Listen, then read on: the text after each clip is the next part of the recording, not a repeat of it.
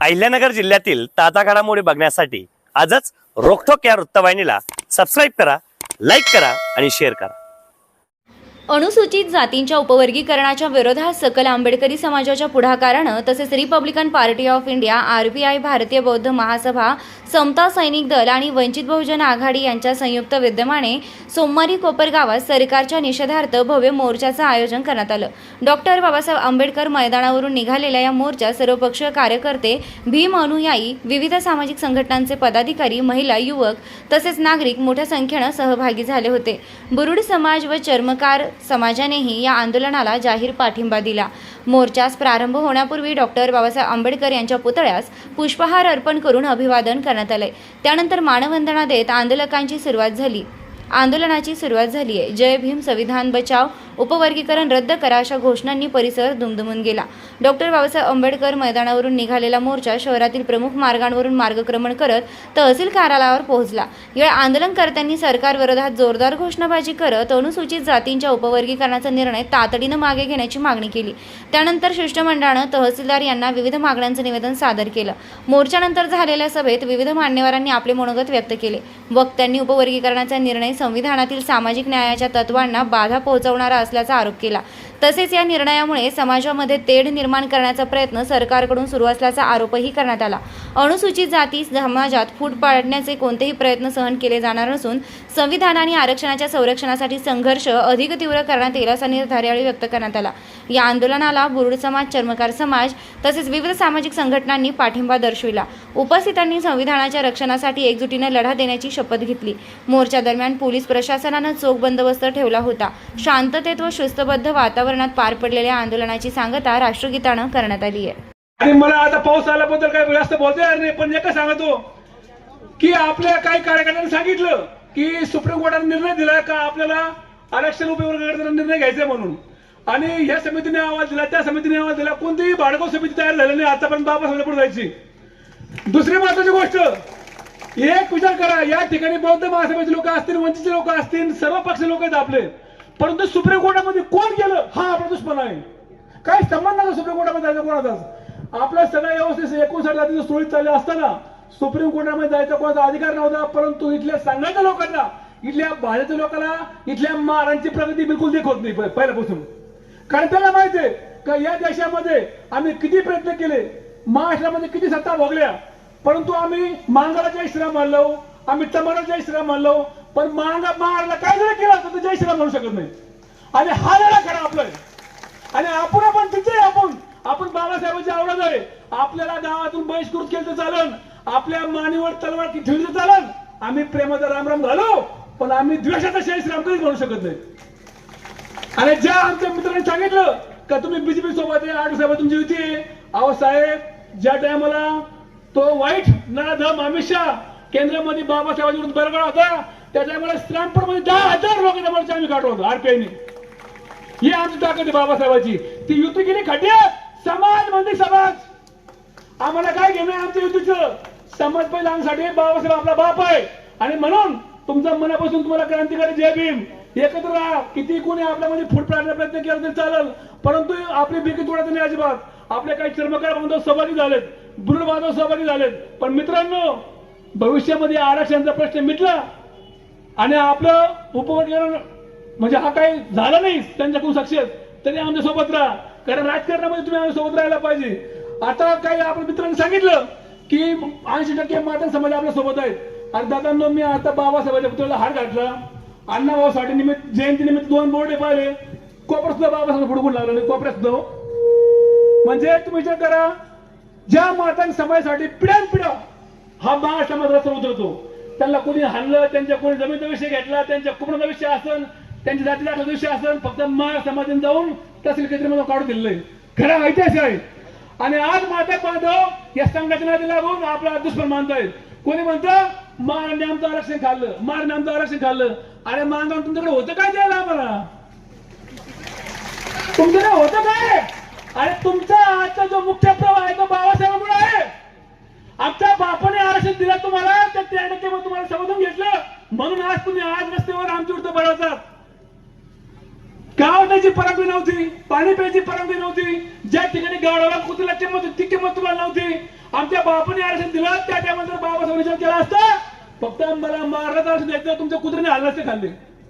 पण आमचा बाप एवढा मोठा मनाचा होता आमच्या बापाने विचार केला नाही त्या मी ओबीसी असून एसटी असून विजय असून एनटी असो सगळ्या जातीला सोबत घेऊन काम करणारे आणि म्हणून बाबासाहेबांनी मला मुख्य प्रवास आणलं. मला ज्या ज्या मातंग समाजाने विद्रोही भूमिका घेतली ज्या ज्या मातंग समाजाने फेसबुकवर इंस्टाग्रामला चुकीचे विधान केलं मी त्यांचा कडून निषेध करतो. कारण जे जे होते लक्ष्मण ढोबळे असतील मशिंद्र सत्ते असतील सुकुमार कांबळे असतील आजी चालणे असतील या लोकांनी बाबासाहेबांचं नाव घेऊन यांना प्रत्येक मारवाड्यामध्ये आपण किंमत दिली. पण आज हे लोक आज म्हणतात नाही काही झालं तरी आम्ही उपवर्ग केल्याशिवाय राहणार नाही. अरे हा अधिकार तुम्हाला आमच्या बापाने दिलाय ना. ज्या बाबासाहेबांनी तुम्हाला सगळा अधिकार दिला त्या बाबासाहेबांचं संविधान तोडण्यासाठी तुम्ही या संघटनातील लागून प्रयत्न करता तुमचा जाहीर निषेध आहे. आणि म्हणून आपण तर या आरक्षणाचं उपवर्गीकरण कधी होऊ देणार नाही. जीव घ्या तर चालेल पण आपल्यामध्ये जे किरकोळ गटतट असतील आपल्यामध्ये जे एकमेकांचे वाद असतील आपल्या किती संघटना असतील अजिबात तुम्ही त्याच्यामध्ये मतभेद करू नका. कारण जर हे उपवर्गीकरण थांबत असेल तर आपल्याला एकत्र राहिल्याशिवाय पर्याय नाही. अजिबात आपल्याला एकत्र जेवावं लागेल. आणि कोणी किती काय जरी म्हणलं तरी मोठे भाऊ व्हा कोणी छोटे भाऊ व्हा एकामेकाला पोड्यामध्ये घ्या आणि एकटी ताकदील लढा तर पर्याय नाही. तर तुम्हाला सांगतो हे बघा पहिली क्रांती या सर्व भारतातल्या जाती धर्माला एकत्र ठेवण्याची क्रांती बाबासाहेबांनी केली भारतीय संविधानाच्या माध्यमातून. आणि आज जंतर मंतर क्रांती पण एका महाराजांनी केली तोच आपण तितके महाराज आहे हे लक्षात ठेवा. आणि ती क्रांती 2029ला हे सरकार करणार आहे आपण. आम्हाला सध्याचं काय घेणं नाही त्यांनी काय दिलंय आपल्याला आणि तसे आरपीचे 100 खासदार 50 आमदार आहेत काय मला सांगा बरं. त्याच्यामुळे आम्हाला सध्याचं काय घेणं नाही. आमचा बाप बाबासाहेब आमचा आजा बाबासाहेब आमचा पंजा बाबासाहेब आमचा विश्व बाबासाहेब आहे. आम्हाला काही कोणाचं घेणं नाही. आढळ साहेबांनी आम्हाला पक्ष काढलं नाही काढलं नाही काही फरक पडत नाही पण आमच्यासाठी समाज पहिला आहे. आणि म्हणून तुमच्या मनापासून मला क्रांतिकारी जमीन करतो ज्या ज्या माध्यम बांधवांनी बाबासाहेबांच्या बरोबर नाही त्यांना सलाम करतो. उलट आमचं म्हणणं ते मुख्य प्रवास आले पाहिजे ते शिकले पाहिजे त्यांच्या मुलांनी आमच्या बरोबर आलं पाहिजे.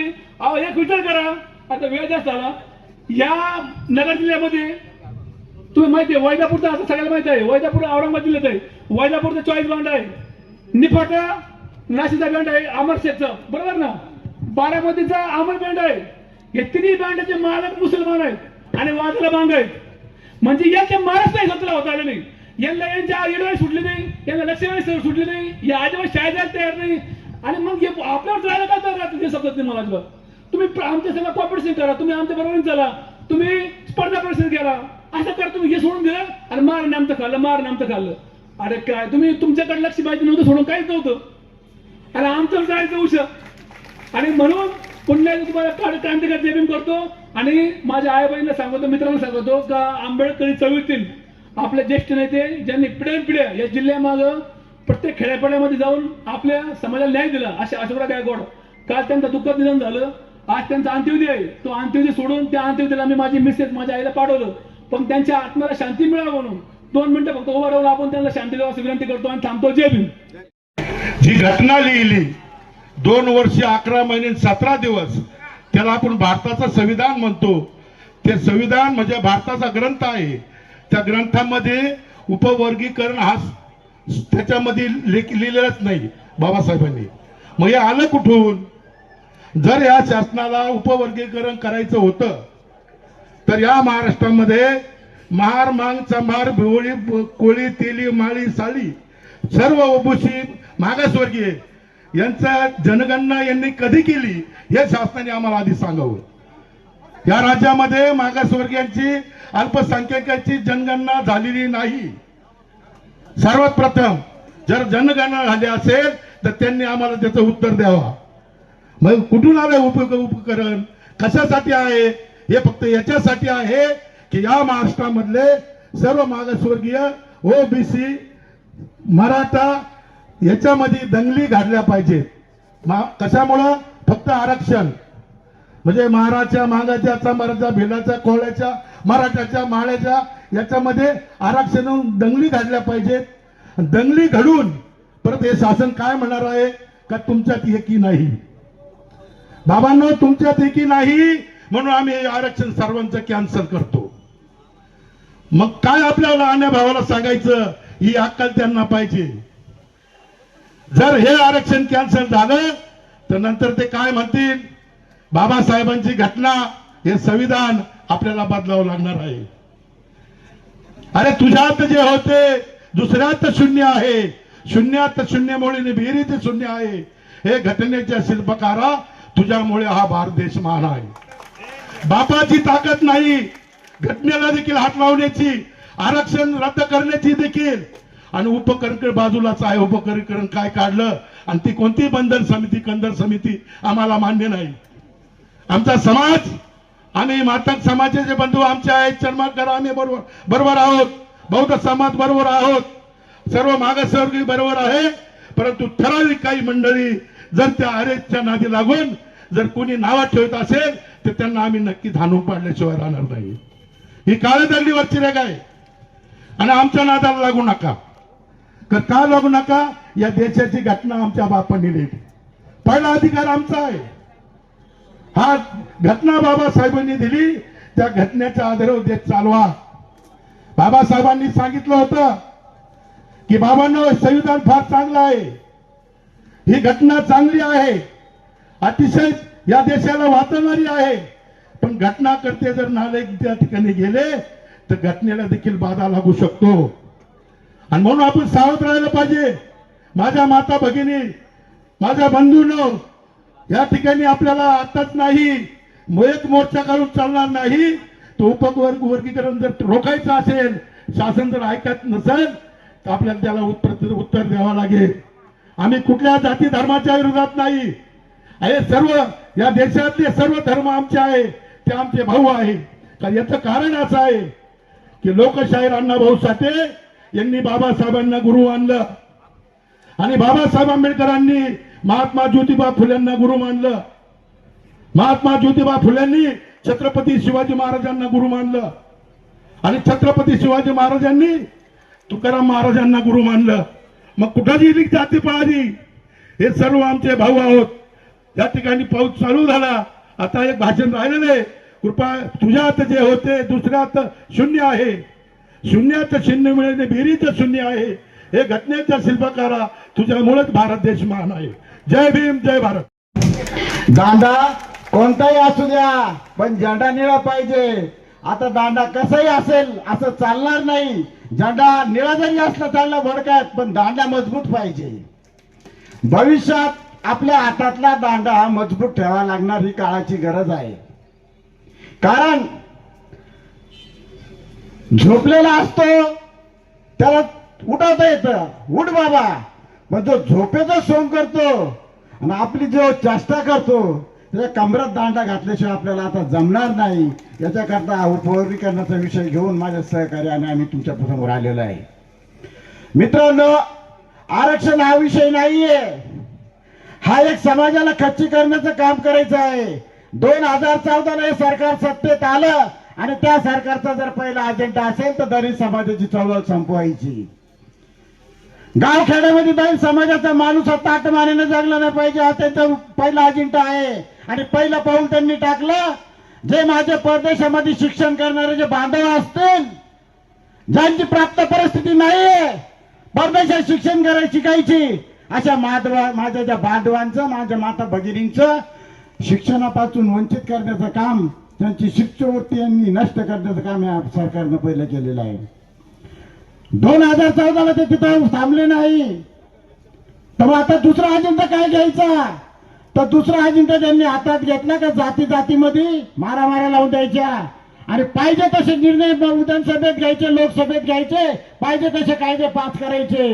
आणि तुम्ही किती कायदा पास करा, पण ज्या दिवशी तुम्ही आमच्या संविधानाच्या कचाट्यात सापडचाल पाठ्यावर मग गाठ आमच्याशी. कारण कायदे करायचे. आता लोकसभेमध्ये महिला आरक्षण आणलं, ते 33% आरक्षण महिला करता त्यांनी सांगितलं होतं, ते आरक्षण पारित झालं नाही का? खोटे नाटे कायदे करून जनसमुदायाला वेठीस धरायचं, हा पहिला त्या सरकारचा अजेंडा आहे. कुठली गोष्ट घ्या, तुम्ही बँकेत तुमचे स्वतःचे पैसे काढायला गेले तर तुम्हाला केवायसी करावं लागेल. पूर्वी होतं का असं? तुम्ही आधार कार्ड जर काय तुमचं बंद पडलं असेल तुम्हाला केवायसी करावं लागत असेल. तुम्ही रेशन दुकानात जर धान्य घ्यायला गेलं तर तुम्हाला केवायसी करावं लागत असेल. कारण या सरकारला फक्त जनसमुदायामध्ये मारामाऱ्या लावायच्या आहे.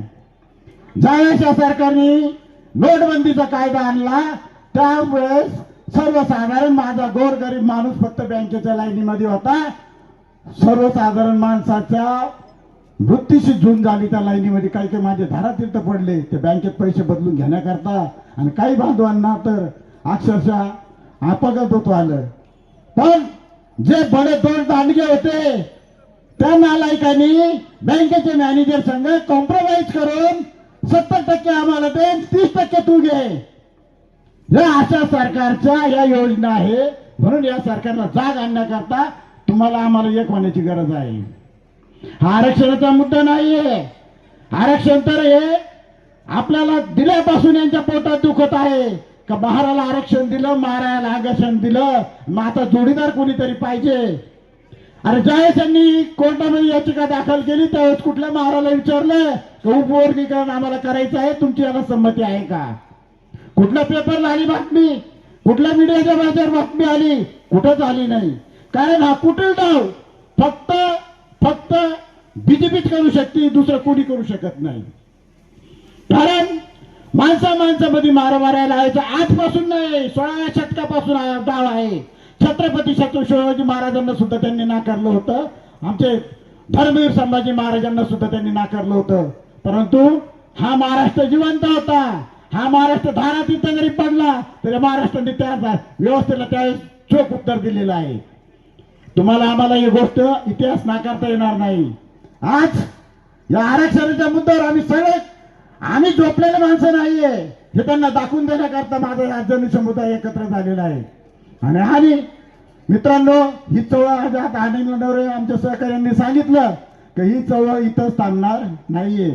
पण मी कोपरगावमध्ये सांगत असतो, कोपरगावमध्ये कोणी असेल आरक्षणाबद्दल कोणी काही बोलत असेल तर आम्ही त्या पद्धतीत जसं तुम्ही मानशाल तसं त्याच पद्धतीत उतरू आणि त्याच पद्धतीत त्या गोष्टीला उत्तर दिलं जाईल. यानंतर या गोष्टीचा आरक्षणाच्या मुद्द्यावरती जे संविधानिक मार्गाने आहे, आमच्या कुठल्या जाती धर्माला विरोध ते प्रत्येक वक्त्याने सांगितलं आणि मी तेच सांगतो. आरक्षण म्हणजे काय? अरे ज्या टाइमला बाबासाहेब आंबेडकरांनी एकसंघ या 59 जातीला आरक्षण दिलं त्या टाइमाला बाबासाहेबांची दूरदृष्टी होती की हा माझा गावखेड्यातला माणूस, गावगाड्याच्या बाहेर राहणारा माणूस हा एकसंघ झाला पाहिजे. आणि आता त्यांच्या डोळ्यात लक्षात आलंय का गावखेड्याचा पट्टी फाटलेला माणूस आता पांढऱ्या कापड्यात दिसायला लागला, मग याच्या काड्या करायला आपल्याला काही हरकत नाही. तुम्ही कितीही काड्या करा, हो तुम्ही कितीही काड्या करा, तुम्ही एक काड्या केली तर आमचे 10 जण उभे राहतील, तुम्ही 10 काड्या गेल्या तर आमचे 100 उभे राहतील, तुम्ही 100 काड्या केल्या तर आमचे 1000 जण उभे राहतील. तसं उत्तर दिलं जाईल. म्हणून मी आयोजकाचे जास्त वेळ न घेताना आज आमच्या विनंतीला मान देऊन गावखेड्यातून आलेले आमचे बांधव असतील किंवा शहरामधील आमचे बांधव असतील यांना आमच्या विनंतीला मान देऊन आपण इथं उपस्थित राहिला त्याबद्दल मी सगळ्यांचे हार्दिक अभिनंदन करतो. आणि माणसाला माणूस म्हणून जगण्याचा अधिकार नव्हता. अस्पृश्य समाजाला गुलामगिरीच्या साखळदंडातून बाहेर काढणारे परमपूज्य बोधिसत्व महामानव डॉक्टर बाबासाहेब आंबेडकर, संत रोहिदास, अण्णाभाऊ साठे, माता जिजाऊ, माता रमाई, माता भीमाई, माता सावित्री यांना त्रिवार अभिवादन करतो. मंचावर उपस्थित सर्व मान्यवरांचे आभार मानतो. मी आयोजक असल्यामुळं सगळ्यांचा उल्लेख करणं शक्य नाही, परंतु सगळ्यांनी सांगितलं आरक्षणाचा फायदा काय, तोटा काय, कोणाला काय मिळणार, कोणाला काय नाही मिळणार. पण मी त्याच्यावर बोलणार नाही, सगळे मान्यवर त्याच्यावर बोलले. मी फक्त याच्यावर बोलणार आहे की हे सरकार किती जातीवादी आहे आणि या सरकारने बौद्ध समाजाला कसं टार्गेट केलेलं आहे. 1 ऑगस्ट 2024 रोजी उच्च न्यायालयाचा निर्णय येतो. ज्या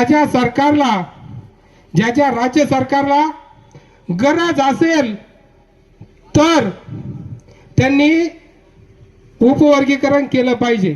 कधी गरज असेल तर. पण आमचे फडणवीस साहेब त्यांनी कुणाची पर्वा न करता, कुणाचा विचार न घेता उपवर्गीकरण लागू करण्याचा ठाम निर्णय घेतला. बदर समिती नेमली.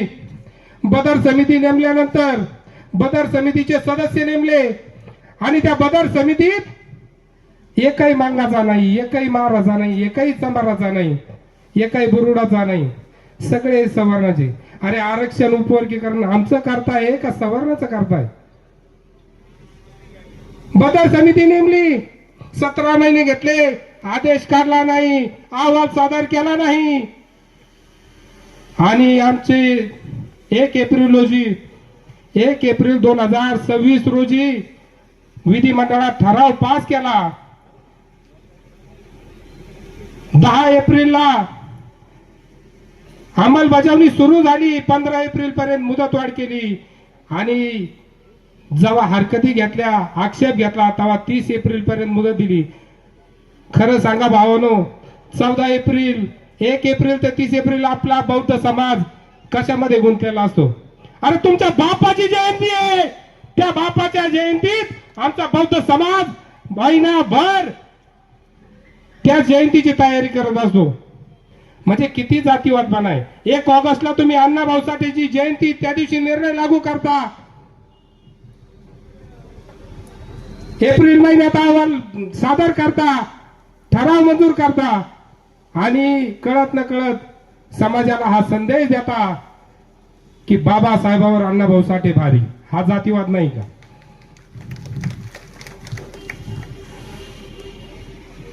गेल्या 15-20 दिवसापासून आम्ही पाहायला भिंगरी लावून पडतोय. आमचे सर्व आयोजक प्रकाशजी आप्पा दुशिंग, दीपक मामा गायकवाड, सगळे सहकारी, सर्व पक्षाचे नेते. मी विनंती करतो की मला 2 मिनिटं जास्त द्यावा. लय पळवलं. घ्या 2 मिनिटं फक्त 2 मिनिटं. हो. त्यानंतर बदर समिती नेमली, अहवाल सुरू झाले आणि आता SIR ची चौकशी, नोंदणी सुरू आहे. SIR ची नोंदणी सुरू झाली. प्रत्येकाच्या घरोघरी कर्मचारी येत आहे, नोंदणी करून घेता का नाही साहेब? मग ह्या बदर समितीनं आमचं उपवर्गीकरण करताना आमच्या दारात आलं पाहिजे का नाही? अरे तुम्ही आमच्या दारात या, आम्हाला विचारा आम्हाला काय पाहिजे. अरे आम्हाला उपवर्गीकरण पाहिजे नाही पाहिजे, तुम्ही चंबाराच्या दारात जा, तुम्ही बुरुडाच्या दारात जा, तुम्ही महाराच्या दारात जा, तुम्ही मांगाच्या दारात जा, तुम्ही आमचा विचार तर घ्या. आरक्षण आमचं आहे, आमच्या बापाने दिलंय, डॉक्टर बाबासाहेब आंबेडकरांनी. त्याचे तुकडे करण्याचा अधिकार तुम्हाला कोणाला नाही. हो जो आरक्षण उपवर्गीकरणाचा घाट घातलाय, त्या आरक्षण उपवर्गीकरणाच्या घाटामध्ये आता कोणी कुणावरही काही बोलायला लागलंय. एक जण म्हणला महाराणी आरक्षणावर दरोडा टाकला, एक जण म्हणला महाराणी आरक्षण खाल्लं. अरे बाबा, आरक्षण खायचं नसतं, आरक्षण मिळवायचं असतं, त्याच्यासाठी स्पर्धा करायची असती, त्याच्यासाठी शिक्षण घ्यायचं असतं, 18 तास अभ्यास करायचा असतो, हाडाचं पीठ करायचं असतं, रक्ताचं पाणी करायचं असतं आणि ते जाणं फक्त महाराच्या पोरामध्ये आयऱ्या गायऱ्याचं काम नाही. म्हणून या आमचा विरोध मातंग समाजाला नाहीये. आमचा विरोध मुळात मातंग समाजाला नाही. मातंग समाज कालही आमचा लहान भाऊ होता, आजही आहे, उद्या राहील. पण या RSSच्या दलालांना, या पाकिट मारांना जे बेछूट बोलायचं सूट दिलेली आहे, त्या दलालांना माझं एक सांगणं आहे.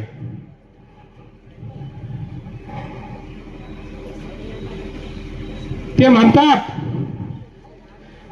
की हा देश, हा महाराष्ट्र फुले शाहू आंबेडकरांचा नाही.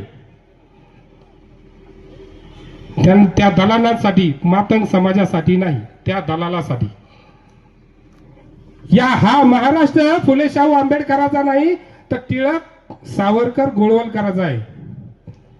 त्या दलालाला माझं सांगणं आहे का हा महाराष्ट्र छत्रपती शिवाजी महाराजांचा आहे, महात्मा फुलेंचा आहे, छत्रपती शाहू महाराजांचा आहे, डॉक्टर बाबासाहेब आंबेडकरांचा आहे, अण्णाभाऊ साठेंचा आहे.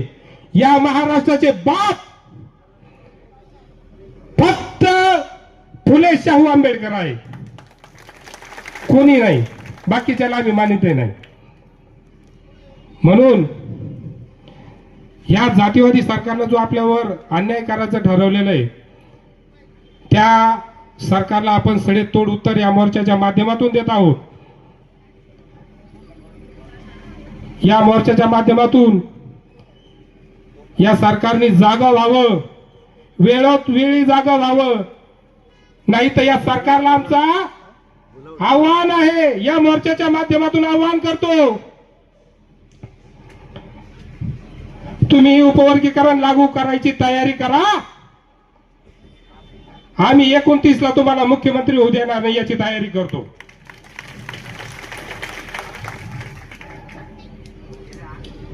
या सरकारचे डाव ओळखा.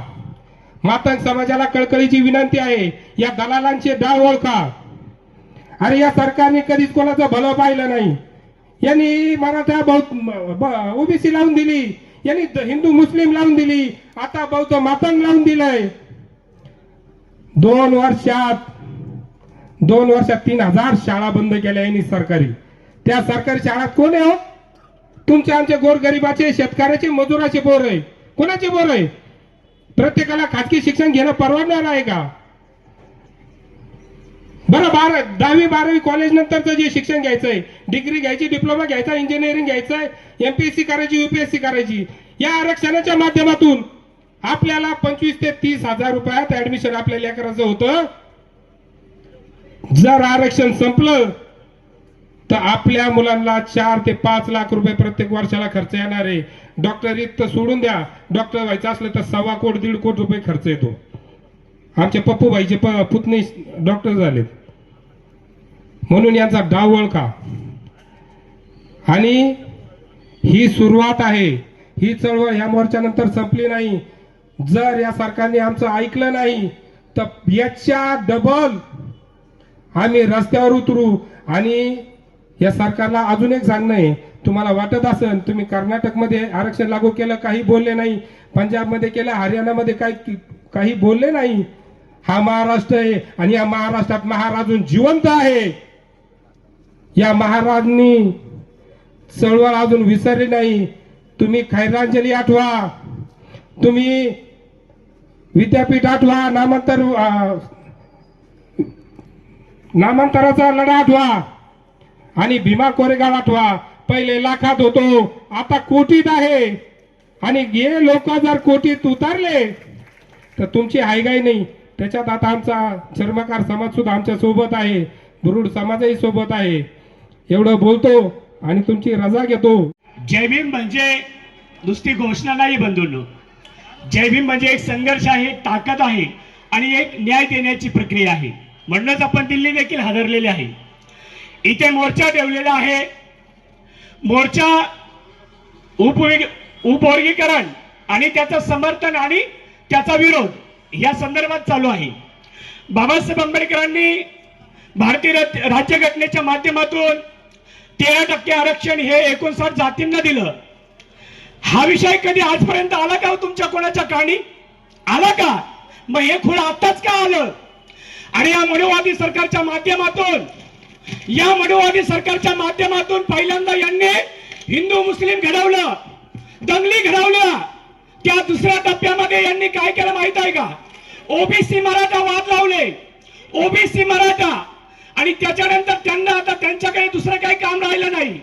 आणि म्हणून त्यांनी खऱ्या अर्थाने हा एससी समाज, सगळ्यात मोठा एससी समाज हा फुटणार नाही. आणि मग याला फोडायचं कसं? कारण याच्यामध्ये न फुटणाऱ्या जाती आहे. म्हणून आपल्यातली एक जात बोललं पाहिजे. वक्त्यांना विनंती आहे, थोडा वेळ द्या. इथे आमच्या आंबेडकर घराण्यावर वेळ आलेली आहे. आमच्या आंबेडकर घराण्यावर भुकत आहेत आणि आम्हाला बोललं पाहिजे. आज मुठभर समाज, मातंग समाजाचे काही लोक आमच्या बरोबर आहे. 80% लोक आमच्या बरोबर आहेत, 80%. पण 20% लोक आहेत ते आरएसएसच्या दावणीला बांधलेले आहे, लक्षात ठेवा. आणि त्यांच्या माध्यमातून आंबेडकर घराण्याला बदनाम केलं जात आहे.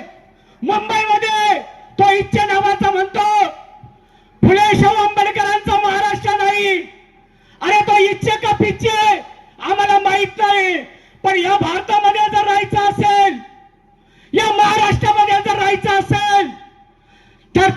छत्रपती शिवाजी महाराज, शाहू महाराज, महात्मा ज्योतिबा फुले, डॉक्टर बाबासाहेब आंबेडकर, अहिल्याबाई होळकर, अण्णाभाऊ साठे या सर्व महापुरुषांचा जय जयकार करावा लागेल. लक्षात ठेवा.